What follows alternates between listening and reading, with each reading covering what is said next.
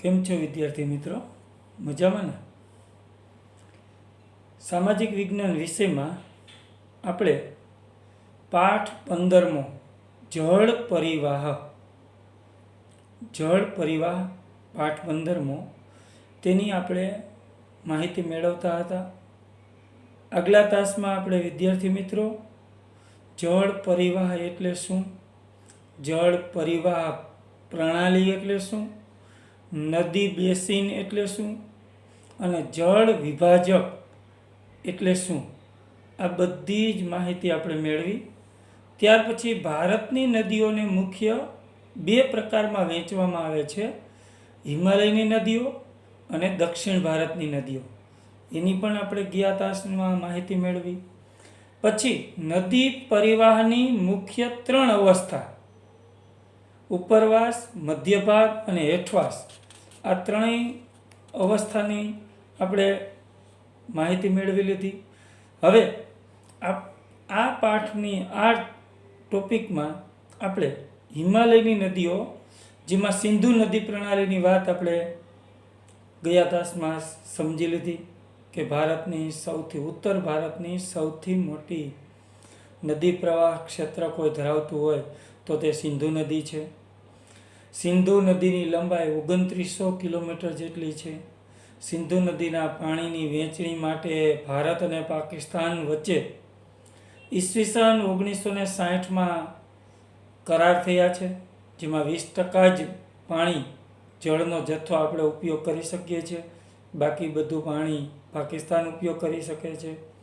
સતલુજ, રાવી અને બિયાસના જળના ઉપયોગથી પંજાબ, હરિયાણા અને રાજસ્થાનના દક્ષિણ પશ્ચિમ ક્ષેત્રોમાં આજે સિંચાઈનું ક્ષેત્ર શક્ય બન્યું છે. આ બધી જ માહિતી આપણે ગયા તાસમાં મેળવી. વિદ્યાર્થી મિત્રો, ઉત્તર ભારતની બીજી મહત્વની નદી એટલે કે ગંગા નદી પ્રણાલી, તેની આપણે હવે વિગતે ચર્ચા કરીએ. હિમાલયની ગંગોત્રી હિમનદીમાંથી નીકળી અને ભાગીરથી અને અલકનંદા, યાદ રાખજો વિદ્યાર્થી મિત્રો, ગંગા નદીનું મૂળ એટલે કે જન્મસ્થાન, મૂળ સ્થાન ગંગોત્રી. તો હિમનદીમાંથી નીકળેલી ભાગીરથી અને અલકનંદા, આ બે નદીઓ નાની નદીઓ છે, જે એક અલકનંદા અને એક ભાગીરથી.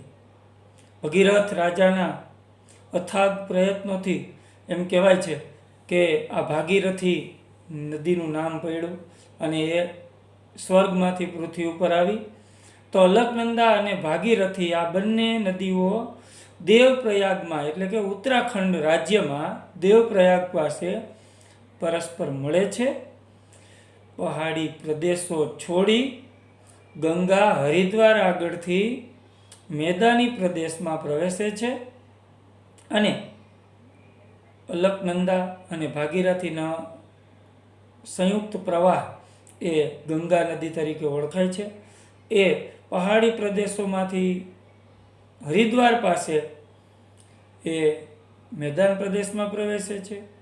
ઋષિકેશ, રામઝુલા અને લક્ષ્મણ ઝુલાનું નામ તમે બધા સાંભળ્યું છે.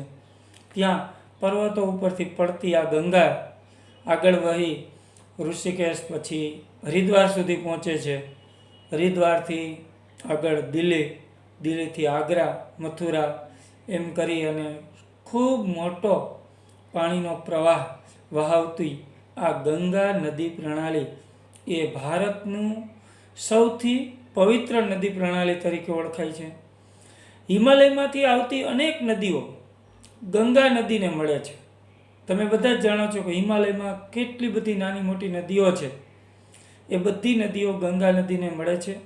જેમાંની મુખ્ય નદીઓમાં ગંગા નદીને મળતી અન્ય કઈ નદીઓ છે તો યમુના, ઘાઘરા, ગંડક અને કોસી. આ બધી નદીઓ એ હિમાલયમાંથી આવે છે અને ગંગા નદીને મળે છે. હિમાલયના યમનોત્રીમાંથી યમુના નદી નીકળે છે, ગંગોત્રીમાંથી ગંગા નદી નીકળે છે અને યમનોત્રીમાંથી યમુના નદી નીકળે છે.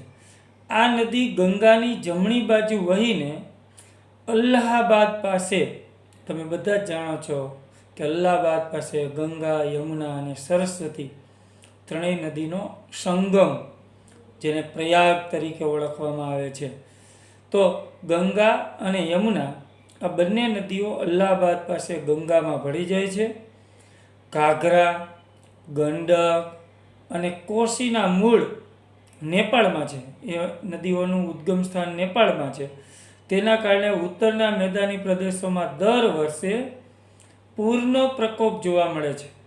કારણ કે હિમાલયના ઊંચા પર્વતો પર પુષ્કળ વરસાદ પડે છે અને ત્યાંથી પુષ્કળ પાણી આવે છે અને પરિણામે નદીઓમાં પૂર પ્રકોપ જોવા મળે છે. કેટલાક વિસ્તારોમાં ભારે જાનમાલની હાનિ થાય છે. તેમ છતાં આ નદીઓએ રચેલા ફળદ્રુપ કાંપના મેદાનોમાંથી ભારત કૃષિ ક્ષેત્રે સમૃદ્ધિ પ્રાપ્ત કરી શક્યું છે. ઉત્તર ભારતના વિશાળ મેદાનો શેના બનેલા છે? તો કાંપના. આ કાંપના મેદાનોમાં પુષ્કળ પ્રમાણમાં ખેતી થાય છે, કારણ કે ફળદ્રુપ જમીન છે અને તેના કારણે ભારતને સમૃદ્ધ બનાવવામાં પણ આ નદીઓનો ફાળો જેટલો આંકીએ એટલો ઓછો છે.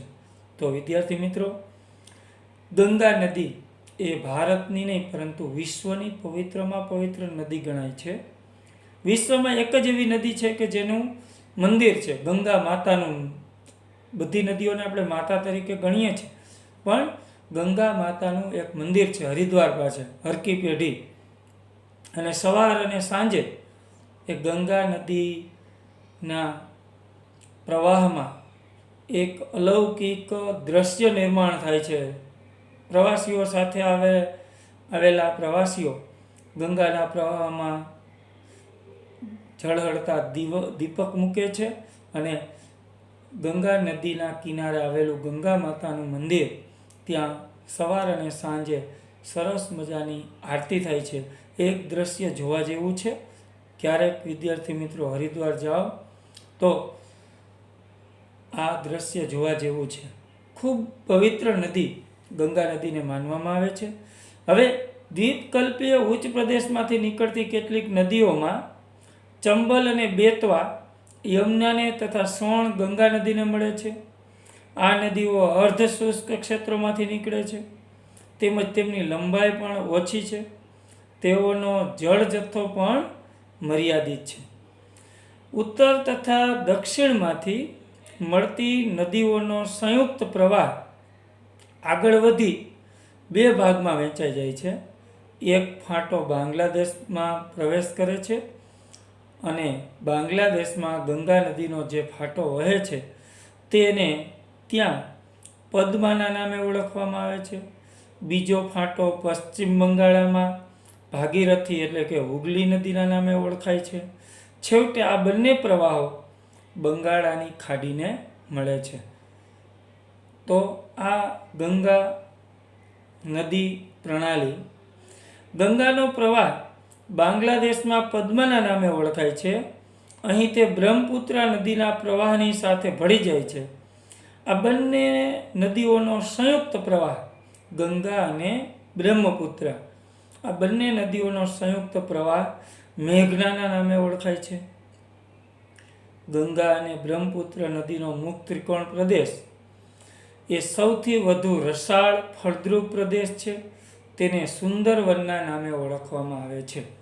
વિદ્યાર્થી મિત્રો, ગંગા અને બ્રહ્મપુત્રા નદીએ જે સરસ મજાનો ફળદ્રુપ મેદાન પ્રદેશ બનાવ્યો છે તે સુંદરવનના નામે ઓળખાય છે. હવે અમુક બાબતો છે તમને ખૂબ જ જાણવી ગમશે. વિદ્યાર્થી મિત્રો, આટલું જાણવું ગમશે, ખાસ યાદ રાખજો. ક્યારેય ભણી ગણીને આગળ વધશો, તમે કોઈ ઇન્ટરવ્યૂ આપવા જશો તો અમુક મહત્ત્વના પ્રશ્નો જે તમને પૂછવામાં આવશે, તો એ યાદ રાખવા જેવી બાબતમાં પહેલું છે, ગંગાના મુખ ત્રિકોણ પ્રદેશને સુંદરવન એટલા માટે કહેવામાં આવે છે કે અહીં સુંદરી નામના વૃક્ષો થાય છે અને આ સુંદરી નામના વૃક્ષો સુંદરવનમાં થાય છે. વિદ્યાર્થી મિત્રો, સુંદરી વૃક્ષનું નામ છે, બહુ આનંદમાં ન આવી જતા. કારણ કે આ એક વૃક્ષ છે અને એ એવું વૃક્ષ છે, એની વિશિષ્ટતા એ છે કે લાંબો સમય સુધી પાણીમાં રહેવા છતાં પણ એ સુંદરી વૃક્ષનું લાકડું સળતું નથી અને પરિણામે એનો હોડીઓ બનાવવા માટે ઉપયોગ થાય છે. તેથી બ્રહ્મપુત્ર અને ગંગા નદીએ જે મુક્ત્રિકોણ પ્રદેશ બનાવ્યો છે તેનું નામ સુંદરવન શા માટે રાખવામાં આવ્યું છે? તો ત્યાં સૌથી વધુ વૃક્ષો છે એ સુંદરી નામના વૃક્ષો છે, તેથી તેનું નામ સુંદરવન રાખવામાં આવ્યું છે. બીજી મહત્વની બાબત, ભારતના સંદર્ભે સુંદરવન મુક્ત પ્રદેશ એ મેંગ્રુવ જંગલો માટે અત્યંત જાણીતો છે.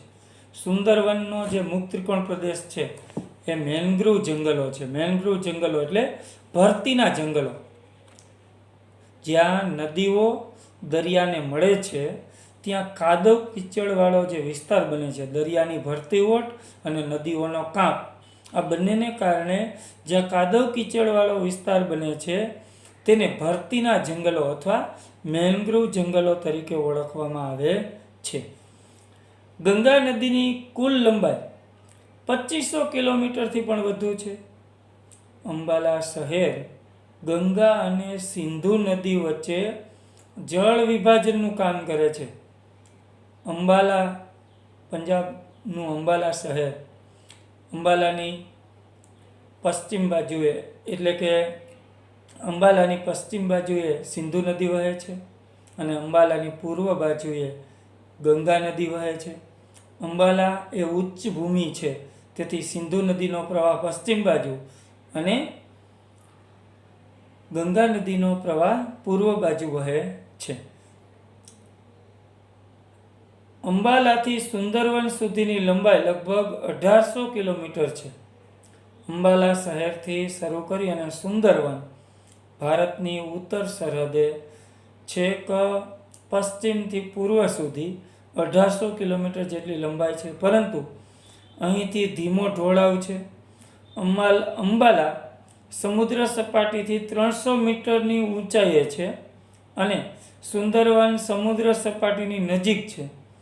આ ગણતરીએ વિચારતા પ્રત્યેક 6 કિલોમીટરે 1 મીટર ઢોળાવ ઓછો થાય છે. તેથી આ નદીમાં વિસર્પણ વધારે જોવા મળે છે. નદીમાં વિસર્પણ શા માટે વધુ જોવા મળે છે? વિસર્પણ એટલે કે નદીઓનું ફેલાવવું. નદીનો પ્રવાહ છે એક ધારો સીધો ન ચાલ્યો જાય અને જેમ સાપ ચાલતો હોય એવી રીતે નદી પ્રસરતી ચાલતી હોય તેને વિસર્પણ કહેવામાં આવે છે. જ્યાં ઢોળાવ ઓછો હોય, ઢાળનું પ્રમાણ ઓછું હોય, સપાટ મેદાન પ્રદેશ હોય ત્યાં વધારે વિસર્પણ જોવા મળે છે. જ્યાં ઢાળ એકદમ વધારે હોય ત્યાં વિસર્પણ જોવા મળતું નથી. હવે ઉત્તર ભારતની બીજી મહત્વની નદી એટલે બ્રહ્મપુત્ર નદી પ્રણાલી. બ્રહ્મપુત્ર નદી પ્રણાલી, પહેલાં આપણે ઉત્તર ભારતની મુખ્ય 3 નદી પ્રણાલીઓમાં સિંધુ નદી પ્રણાલી, બીજું ગંગા નદી પ્રણાલી અને ત્રીજું બ્રહ્મપુત્ર નદી પ્રણાલી. બ્રહ્મપુત્ર નદી તિબેટમાં આવેલા માનસરોવરની પૂર્વમાંથી તથા સિંધુ અને સતલુજના મૂળની નજીકથી નીકળે છે. તેની વધુ પ્રવાહ લંબાઈ ભારતની બહાર છે. બ્રહ્મપુત્ર નદીનો પ્રવાહનો ખૂબ મોટી નદી છે, છતાં તેનો વધારે પડતો એટલે કે 2900 કિલોમીટર જેટલી લાંબી નદી છે, પરંતુ તેનો પ્રવાહ ભારતની બહાર વહે છે. આ નદી હિમાલયની શ્રેણીને સમાંતર પૂર્વમાં વહે છે. હિમાલયની પર્વતમાળાની પૂર્વમાં એ વહે છે. નામચા બારવા પાસેથી અંગ્રેજી યુ આકારે વળાંક લઈ અને ભારતના અરુણાચલ પ્રદેશમાં આ નદી પ્રવેશ કરે છે. અહીં તે દિહાંગના નામે ઓળખાય છે. દિહાંગ, લોહિત અને કેનુલા જેવી શાળા નદીઓ મળીને અસમમાં બ્રહ્મપુત્ર નદી તરીકે ઓળખાય છે. તો આ બ્રહ્મપુત્ર નદી, હવે બ્રહ્મપુત્ર નદી વિશે આટલું જાણવું ગમશે, બ્રહ્મપુત્ર નદી એકમાત્ર પુરુષવાચક સર્વનામ ધરાવતી નદી છે. બાકી બધી નદીઓના નામ સ્ત્રીવાચક હોય છે, પરંતુ અહીં પુરુષવાચક સર્વનામ ધરાવતી નદી છે. જે બ્રહ્મપુત્ર નદીની લંબાઈ લગભગ 2900 કિલોમીટર જેટલી છે. પૂર્વ ભારતની, ઉત્તર ભારતની હિમાલયમાંથી નીકળતી આ નદી છે. બ્રહ્મપુત્ર નદીને તિબેતમાં સાંગપો, તિબેતમાં તેને સાંગપો તરીકે અને બાંગ્લાદેશમાં તેને જમુનાના નામે ઓળખવામાં આવે છે. બ્રહ્મપુત્રના સમગ્ર પ્રવાહ દરમિયાન માજુલી નામનો એક નદીય ટાપુ, જે વિશ્વમાં સૌથી મોટો ટાપુ ગણાય છે, નદીઓએ બનાવેલો ટાપુ, જેનું નામ છે માજુલી નામનો ટાપુ, એ વિશ્વનો સૌથી નદી ટાપુ તરીકે ઓળખાય છે. એ બ્રહ્મપુત્રએ બનાવ્યો છે. તિબેતમાં આ નદીમાં કાંપનું પ્રમાણ બહુ ઓછું જોવા મળે છે. ભારતમાં આ નદી વધારે વરસાદવાળા ક્ષેત્રોમાંથી પસાર થાય છે. તેથી અહીં જળ જથ્થાની અને કાંપની માત્રામાં વધારો થાય છે. અસમમાં અનેક શાખા નદીઓ આ બ્રહ્મપુત્ર નદીને મળે છે. આમ બ્રહ્મપુત્ર નદી ગુંફિત સ્વરૂપમાં વહે છે. ગુંફિત સ્વરૂપ એટલે કે એક પ્રકારનું ગૂંથણ થયેલું હોય, ઘણી બધી નદીઓ તેને મળે છે. દર વર્ષે વર્ષા ઋતુમાં આ નદીના જળ જથ્થામાં મોટા પ્રમાણમાં વધારો થાય છે. પરિણામે અસમ અને બાંગ્લાદેશમાં વારંવાર આવતા પૂરથી ભારે વિનાશ થાય છે. ઉત્તર ભારતની બીજી નદીઓ કરતાં આ નદીઓમાં વિરોધાભાસ જોવા મળે છે. અસમમાં ચોમાસા દરમિયાન પડતા વરસાદને કારણે અહીં વધારે માત્રામાં નિક્ષેપણ થાય છે. આ નદીમાં રેતીના પ્રમાણમાં વધારો થતાં તેની સપાટી ઊંચી આવતી જાય છે. તેથી આ નદીના પ્રવાહમાં વારંવાર માર્ગ પરિવર્તન જોવા મળે છે. બ્રહ્મપુત્ર નદીમાં હિમાલયના પર્વતીય ઢોળાવો પરથી અને વધુ વરસાદવાળા વિસ્તારમાંથી, પહાડી વિસ્તારોમાંથી આવતી હોવાથી તેની સાથે રેતી, કાંપ, માટી એટલું બધું ઘસડાઈને આવે છે કે નદીમાં એ સ્થિર થર ઉપર થર લાગતા જાય છે અને પરિણામે નદી પોતાનો પ્રવાહ બદલે છે. તો અહીં આપણે ઉત્તર ભારતની મુખ્ય 3 નદીઓ ગંગા નદી પ્રણાલી, સિંધુ નદી પ્રણાલી અને બ્રહ્મપુત્ર નદી પ્રણાલી, આ ત્રણેય નદીઓની વાત અહીંયા પૂરી કરી. તેના ઉપરથી તમને એ સાબિત થયું કે ઉત્તર ભારતની નદીઓના મોટા ભાગની નદીઓના મૂળ હિમાલયના ઊંચા પર્વતીય શિખરો પર આવેલા છે. આ નદીઓ હિમાલયમાંથી કાંપ, માટી, કાંકરા ઘસડી લાવીને વિશાળ મેદાન પ્રદેશોની રચના કરે છે. આ નદીઓમાં પાણીનો જથ્થો પુષ્કળ પ્રમાણમાં છે, કારણ કે ચોમાસાની ઋતુમાં પુષ્કળ વરસાદ અને ઉનાળાની ઋતુમાં હિમાલય પરનો બરફ પીગળવાથી આ નદીઓ કાયમી 12 માસ પાણીથી ભરપૂર રહે છે. આ નદીઓના પ્રવાહ બેસીન ખૂબ જ લાંબા છે. આ નદી સરસ મજાના ફળદ્રુપ કાંપના મેદાનોની રચના કરે છે. ગંગા અને બ્રહ્મપુત્ર નદીએ એક વિશાળ મુક્ત્રિકોણ પ્રદેશ, ડેલ્ટા પ્રદેશ, જેને મેન્ગ્રોવ જંગલ તરીકે ઓળખવામાં આવે છે, તેમાં સુંદરવન નામનું જંગલ છે. સુંદરીના વૃક્ષના કારણે તેને સુંદરવન તરીકે ઓળખવામાં આવે છે. આ બધી જ બાબતો આપણે વ્યવસ્થિત સમજ્યા. સિંધુ નદી તંત્ર, ગંગા નદી તંત્ર અને બ્રહ્મપુત્ર નદી તંત્ર, આ ઉત્તર ભારતની મુખ્ય 3 નદીઓ છે અને એની સાથે જોડાયેલી અનેક નદીઓ. હવે વિદ્યાર્થી મિત્રો, આપણે આવતા તાસથી દ્વીપકલ્પીય નદીઓ એટલે કે દક્ષિણ ભારતની નદીઓની ચર્ચા આપણે આવતા તાસથી કરીશું. હું તમને જે હોમવર્ક આપું એ વ્યવસ્થિત તૈયાર કરી લેજો. અસ્તુ. જય ભારત.